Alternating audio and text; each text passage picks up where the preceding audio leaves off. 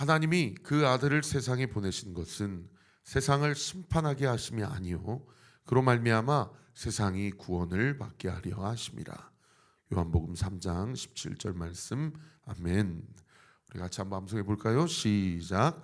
하나님이 그 아들을 세상에 보내신 것은 세상을 심판하게 하심이 아니요 그로 말미암아 세상이 구원을 받게 하려 하심이라. 요한복음 3장 17절 말씀. 아멘. 자, 오늘은 2025년의 마지막 날입니다. 여러분 한 해 동안 너무나도 수고하셨고 고생하셨고요. 정말 하나님의 은혜와 하나님의 감사, 하나님께서 우리에게 주신 그 감사의 은혜가 얼마나 크고 또 신묘막측한지 모르겠습니다. 여러분 오늘 밤에 이 하루를, 이 한 해를 정리하고 또 새해 첫 시간을 주님 앞에 드리는 송구영신 예배를 주님 앞에 올려드릴 때 올 한 해 주신 말씀 가운데 나에게 가장 마음에 와닿았고 내 마음을 찔렀던 말씀이 무엇이었는가 한번 좀 생각해보고 오셔요. 그래서 오늘 그 예배 시간에 감사 제목을 쓰고 또 2026년 소원을 적는 시간을 가질 것입니다. 그리고 새해 나에게 주신 말씀을 뽑는 시간을 가질 것입니다. 여러분 주변의 지인들과 가족들 올 한 해 마지막 또 새해 첫 시간을 우리가 하나님 앞에 예배드림으로 마치고 예배드림으로 시작합시다 라고 이렇게 권면하셔서 오늘 밤에 있을 송구영신 예배에 많이 참석해 주시길 바라고, 오실 때 그냥 오지 마시고 감사의 마음을 담아서 하나님 앞에 헌금도 예물도 드리고 또 기도 제목과 감사 제목을 정리해 보시고 오시기 바랍니다. 여러분 2025년의 마지막 날에 주님이 우리에게 주신 말씀은 17절에 보시면은 사랑하는 자들아 너희는 우리 주 예수 그리스도의 사도들이 미리 한 말을 뭐해라? 기억해라. 여러분 오늘 한 해 우리에게 주신 말씀이 무엇입니까? 나에게 주신 가장 강력했던 말씀과 은혜는 무엇이었습니까? 여기 주 예수 그리스도의 사도들이, 여러분 누가 생각납니까? 베드로를 위시하여 예수님의 12제자, 그리고 부활 예수님이 친히 사도로 부르신 바울과 많은 초대교회 지도자들이 생각나죠. 이때 당시에는 AD 한 65년 70년부터 적게는 한 80년 길게는 한 100년까지 유다서가 왜 요한계시록 바로 앞에 있겠어요? 이 가장 늦게 쓰여진 서신서기 때문이죠. 그러니까 아직 이 신약 성경이 다 완성되지 못한 상황이에요. 그런 상황 가운데서 마가가 예수님의 말씀을 듣고 기록하고, 마태가 기록하고, 요한이 기록하고, 누가가 기록하고, 바울이 기록했던 그런 서신서들과 말씀들이 이렇게 파편적으로 존재했던 시대고 이렇게 묶음으로 존재하지 못했던 시대예요. 이때 예수님의 친동생인 유다가 초대교회 성도들에게 거짓 교사들의 가르침을 경계하면서 무엇을 기억하라라고 이야기합니까? 사도들의 가르침을 기억하라라는 거예요. 어디 모세오경이나 구약 올드 테스트먼트 옛 약속을 기억하지 말고 하나님이 예수님이 되셔서 인간이 되셔서 친히 우리에게 직접 하신 말씀과 하나님이 사도들을 부르셔서 우리에게 당부하신 그들의 가르침을 기억하라라는 거예요. 그들의 가르침의 결론이 무엇이었습니까? 정리된 내용이 뭐예요? 18절에 보십시오. 그들이, 즉 사도들이 너희에게 말하기를 마지막 때에, 우리는 마지막 때를 살아가는 자들이라는 거예요. 마지막 때에는 거기 동그라미 1번 경건하지 않은 정욕대로 행하고, 동그라미 2번 조롱하는 자들이 있을 것이다. 이 쾌락주의, 이 영지주의자들은 이 교회 안으로 침투하여서 예수님이 미래 모든 죄까지 다 속량하시고 우리를 구원하셨으니 이제는 육신의 것으로 마음대로 행해도 된다라는 이런 헛된 가르침으로 성도들을 미혹했다라는 거예요. 그리고 조롱하는 자들이 있으리라. 무슨 말입니까? 끝까지 말씀과 믿음을 지키고 예수님을 쫓아가려고 하는 참된 제자들과 성도들에게 막 조롱하는 거예요. 박해하고 핍박하는 거죠. 저도 물론 이 아침에 저희 아버님이 이 설교를 듣고 계시겠지만 가정에서 우리 아버님이 정말 성령 체험하시기 전에 저희 어머니에게 많은 이야기들을 하셨어요. 여러분 신앙생활 하면서 여러분 가정 안에서 그리고 직장 안에서 여러분이 만나는 주변의 사람들에게 여러 가지 조롱하는 이야기들이 있을 수 있습니다. 조금 이따 얘기하지만 그들을 우리는 어떻게 여겨야 되냐? 22절에 긍휼히 여기라, 23절 하반절에 긍휼히 여기라. 오늘 아침에 김양재 목사님 설교 들어보니까 그냥 자기 앞에서 성경을 다 찍고 그렇게 모태신앙이라고 해도 남편분이 돌아가시기 전에 성경 다 찢어버리고 개척교회부터 대형교회까지 대한민국에 있는 모든 교회는 그렇게 신란을 하고 조롱을 하고, 그래도 도저히 자기의 어떤 감정으로는 긍휼히 여길 수 없다라는 거예요. 그런데 성령께서 마음에 감동을 주시고 주신 말씀을 생각나게 하시니까 그 감정을 지키기 어렵고 믿음을 지키기 어려운 현장에서 자기가 첫 번째로 했던 것은 입을 닫는 일이었다라는 겁니다. 그리고 마지막 때 이 교회 안에 침투한 거짓 선지자들과 이 육표면적으로만 주님을 믿지 속에는 전혀 하나님을 두려워하지 않는 자들의 특징이 세 번째, 분열을 일으킨대. 19절에 보십시오. 교회 안에서 공동체 하나됨을 방해하고 목사님 욕하고 교회를 비판하고 자기의 의의를 드러내고, 이런 사람이 있으면 꼭 온리교회는 저한테 그 고자질 아니에요. 신고를 해주십시오. 그 다음에 네 번째, 육에 속한 자며 성령이 없는 자다. 그러면 우리는 어떻게 해야 되냐? 20절 보십시오. 사랑하는 자들아. 얼마나 이렇게 사랑을 담아서 이 유다가 초대교회 교우들에게 권면하는지 몰라요. 고단 구절에 보세요. 20절, 너희는 너희의 지극히 거룩한 믿음 위에 자신을 세우라. 여기 세우다라는 히브리 헬라어가 다른 번역 성경에는 건축해라. 여러분 예수님이 뭐라고 말씀하셨어요? 반석 위에 세운 집은 홍수가 나도 무너지지 않지만 모리 위에 세운 집은 그냥 비가 내리고 홍수가 나면 다 쓸려 없어진다라는 거예요. 여러분 히브리서 기자는 뭐라고 합니까? 불로 너희를 시험해도 남을 만한 것으로 건축해라는 거예요. 히브리서가 아니었던 것 같아요. 제가 지금 어디 보면 이제 기억이 안 나네요. 여러분 주님이 다시 오실 때 불로 심판하실 때에 지푸라기, 풀, 그리고 나무 이런 걸로 자기의 인생을 건축한 자들은 다 태워질 것입니다. 그러나 하나님의 말씀, 철로 세우고 단단한 곳으로 세우고 반석 위에 자신의 인생을 세운 자는요, 불로 심판하여도 그대로 남아있을 거예요.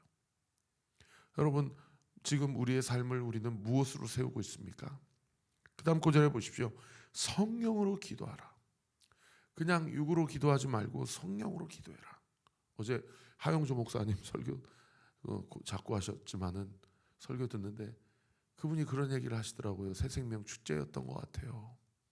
아니 어린아이가 부모한테 달라고 기도하지, 그러면 내가 예수의 뜻대로 살 수 있도록 주님 도와달라고 기도하겠냐고. 그래서 참 마음의 위로가 되더라고요. 달라고 기도해야지. 뭐 그걸 달라고만 기도한다고. 어제도 제가 설교했잖아요.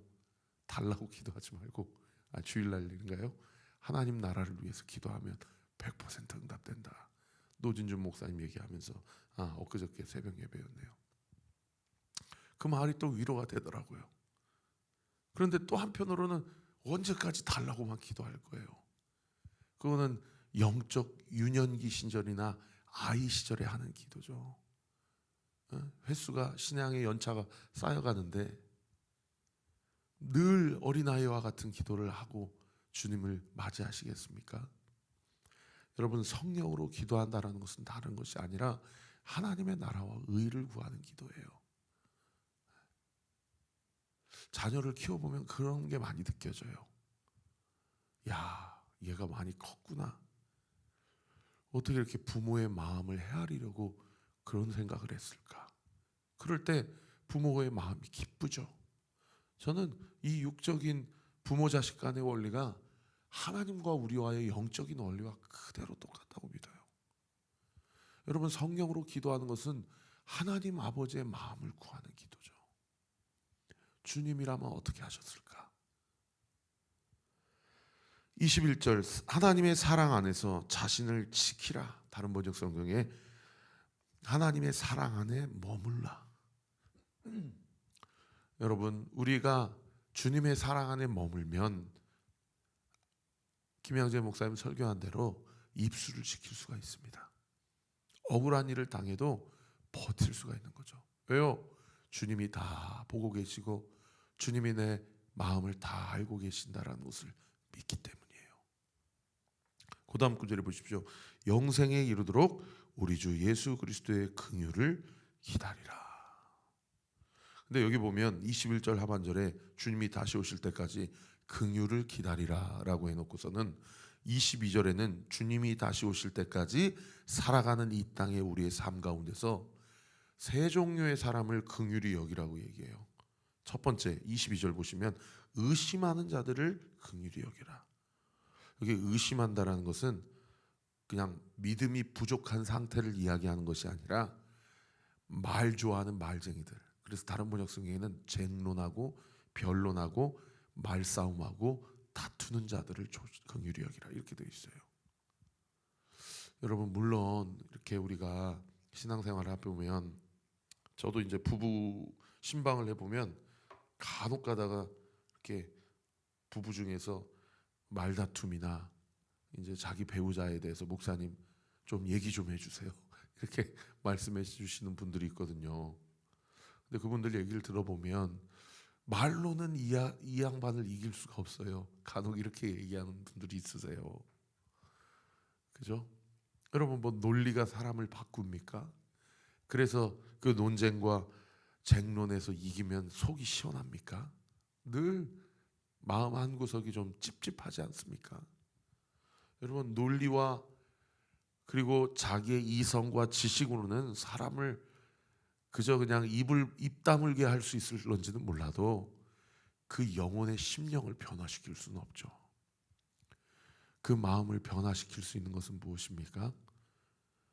주님이 나를 긍휼히 여겨주셨듯이 나도 나에게 붙여주신 그 사람을 불쌍히 여기고 긍휼히 여기는 거죠. 목회도 그런 것 같아요.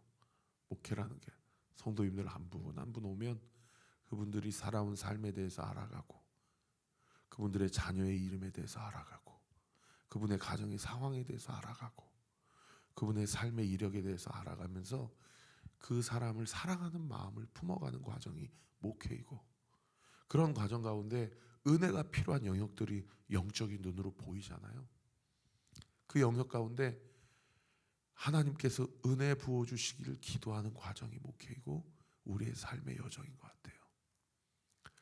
여러분, 2025년도 어떤 사람은 그렇습니다. 내가 연봉이 얼마 올랐고 내가 삶의 족적을 어떻게 남겼고 내 인생의 결과가 이러하였고, 또 요즘에는 뭐 워낙 이 크리에이티브 시대이기 때문에 다 그냥 개인 방송하고 개인 컨텐츠를 제작하고, 어떻게든 요즘에 막 초등학교 중고등학교 지체들에게 이렇게 장래 희망이 뭐냐고 물어보면 적지 않은 인원이 저 유튜버요 이렇게 얘기한다고 하더라고요.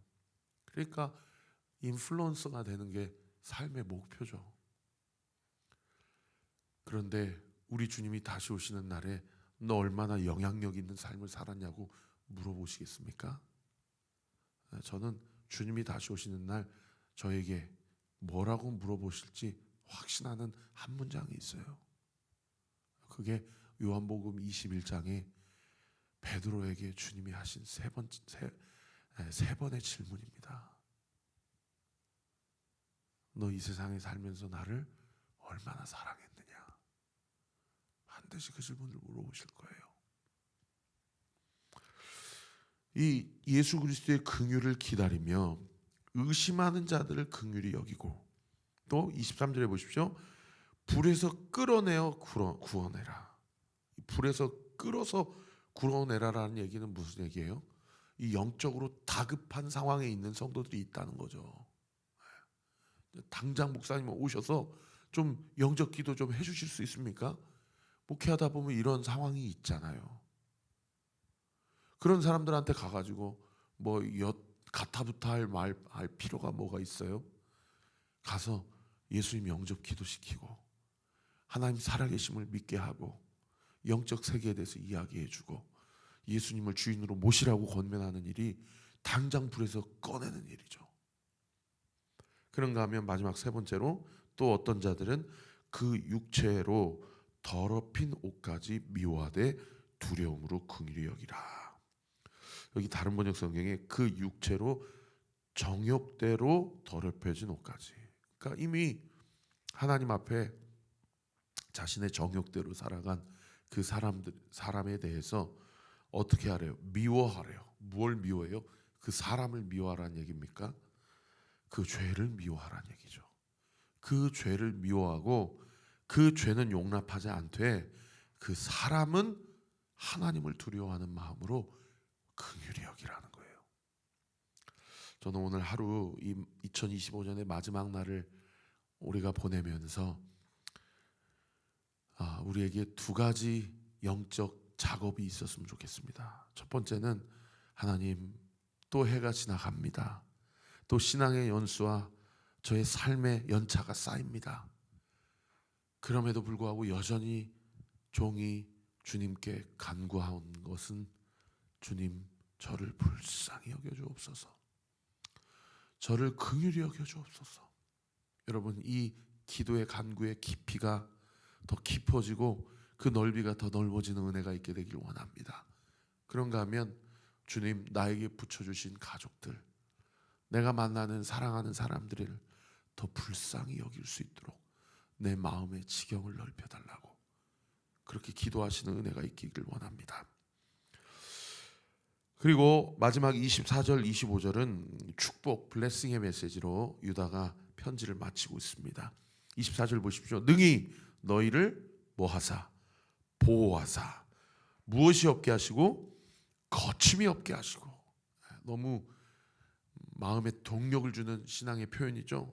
그래서 무엇이 거침이 없게 해달라는 이야기인가? 그 밑에 도움말을 보시면 넘어지지 않게 해달라, 실족하지 않게 해달라.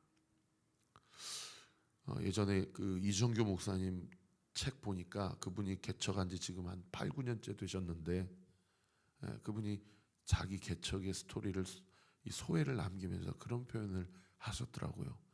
초창기 개척 1, 2, 3년 차보다 지금 한 10년째 가까워지는 자기의 삶을 보니까 많이 열정이 거침없는 자신의 그 담대함이 많이 소진되어 있는 자기 자신을 본다고 그런 글귀를 읽은 적이 있습니다.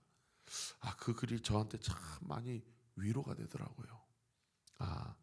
나뿐 아니라 모든 목회자들이 그러한 과정을 겪고 결국에는 목회를 그만두거나 또는 하나님 부르시는 또 다른 부르심의 사명을 따라 나아가는구나. 참 많이 위로가 됐는데 여러분, 우리의 삶도 마찬가지 아닙니까? 우리의 삶도 처음에는 호기롭게 열정 있게 시작하다가 삶의 단맛, 쓴맛 여러 가지 상황과 형편을 다 바라보면서 인생 가운데 어느샌가 저도 어렸을 때 우리 아버지 어깨를 보는데 어깨가 많이 처져 가시는 것을 보는 거예요. 이렇게 한 번쯤 이제 1년에 한 2번 정도 전주를 내려가는데 내려가시면서 느끼는 거죠. 참 우리 부모님이 많이 늙으셨구나. 그런 것들을 느낄 때가 있어요. 인생에 이렇게 거침없는 이 열정과 한창 잘 나가셨을 때 그분의 책상의 크기, 그분의 직장 안에서의 영향력, 그분이 하신 그 담대함과 호기로움이 어느새 온데간데 없고 이렇게 허리가 굽어가시고 어깨가 처져가시는 걸 보며 살아계실 때 더 잘 효도하고 자주 전화 드려야 되겠다. 그렇게 생각하면서도 그렇게 하지 못하는 경우가 많이 있습니다. 그러나 여기 24절에 거침이 없게 하신다라는 얘기는 결국 무슨 얘기겠습니까? 실족하지 않게 해달라, 넘어지지 않게 해달라는 얘기는 여러분 진리의 말씀을 붙잡고 사도 바울이 이야기한 것처럼 우리의 겉사람은 날로 후패하나 우리의 속사람은 날로 강건해지도다. 성경 안에서 우리 성도님들의 구체적인 삶과 건강의 컨디션과 또 가정과 직장의 상황이 주님이 주시는 생명의 진리의 말씀 붙잡고 반석 위에 세워진 인생이기에 날마다 주님 오시는 날이 가까우면 가까울수록 더 어깨가 펴지고 더 믿음이 단단해지고 더 세상 앞에서 당당해지는 은혜가 있게 되기를 예수님의 이름으로 축원합니다. 그 다음 구절에 보십시오. 너희로 그 영광 앞에 흠이 없이 기쁨으로 서게 하실리 곧 우리 구주 홀로 하나이신 하나님께 우리 주 예수 그리스도로 말미암아 영광과 위엄과 권력과 권세가 영원 전부터 이제와 영원토록 있을지어다. 아멘. 기도하겠습니다. 아버지 하나님, 올 한 해도 날마다 말씀을 붙들고 이 한 해를 시작하게 하시고 마치게 하신 하나님께 감사와 영광 올려드립니다. 우리 2025년을 마무리하면서 우리에게 유다서 말씀을 허락하신 하나님, 예수 그리스도의 사도들이 미리 한 말을 기억하라. 너는 예수 그리스도의 긍휼을 기다리라. 너 자신을 거룩한 믿음 위에 세우고 성령으로 기도하며 자신을 지키고 너희를 보호하사 거침없게 하시는 예수 그리스도께 영광을 돌리라. 아버지, 이 말씀 붙들고 다가오는 새해를 시작하면서 우리 사랑하는 성도들 올 한 해보다 내년 한 해 더 주님을 닮아가고 더 주님을 사랑하게 되며 주님이 다시 오시는 그날에 네가 나를 사랑하느냐 물어보시는 질문 앞에 더 담대하고 확신에 차게 주님, 내가 주님을 얼마나 사랑했는지를 주님이 아시나이다 고백해 가게 되는 저와 우리 모든 온누리교회 성도들 되게 하여 주시옵소서. 오늘도 이 새벽에 이 현장에서 각 골방에서 주님 앞에 성령으로 기도하는 우리 사랑하는 성도들의 모든 기도와 간구 예수의 이름으로 명하노니 응답될지어다. 응답될지어다. 응답될지어다. 예수 그리스도의 이름으로 기도합니다. 아멘. 이제는 우리 구주 예수 그리스도의 은혜와 하나님의 사랑과 성령 하나님의 위로교통 충만하심이 오늘 주신 말씀을 붙잡고 올 한 해 이 마지막 날도 주님의 은혜로 마치고 주님이 나를 긍휼히 여겨주셨듯이 나도 나에게 붙여주신 사람들을 긍휼히 여기며 새해도 주님의 진리의 말씀 위에 우리를 건축하고 성령으로 기도하며 우리에게 붙여주신 모든 자들을 긍휼히 여기기로 결단하는 우리 사랑하는 온누리교회 모든 성도들 머리 위에 지금로부터 영원토록 함께 하시기를 간절히 축원하옵나이다. 아멘.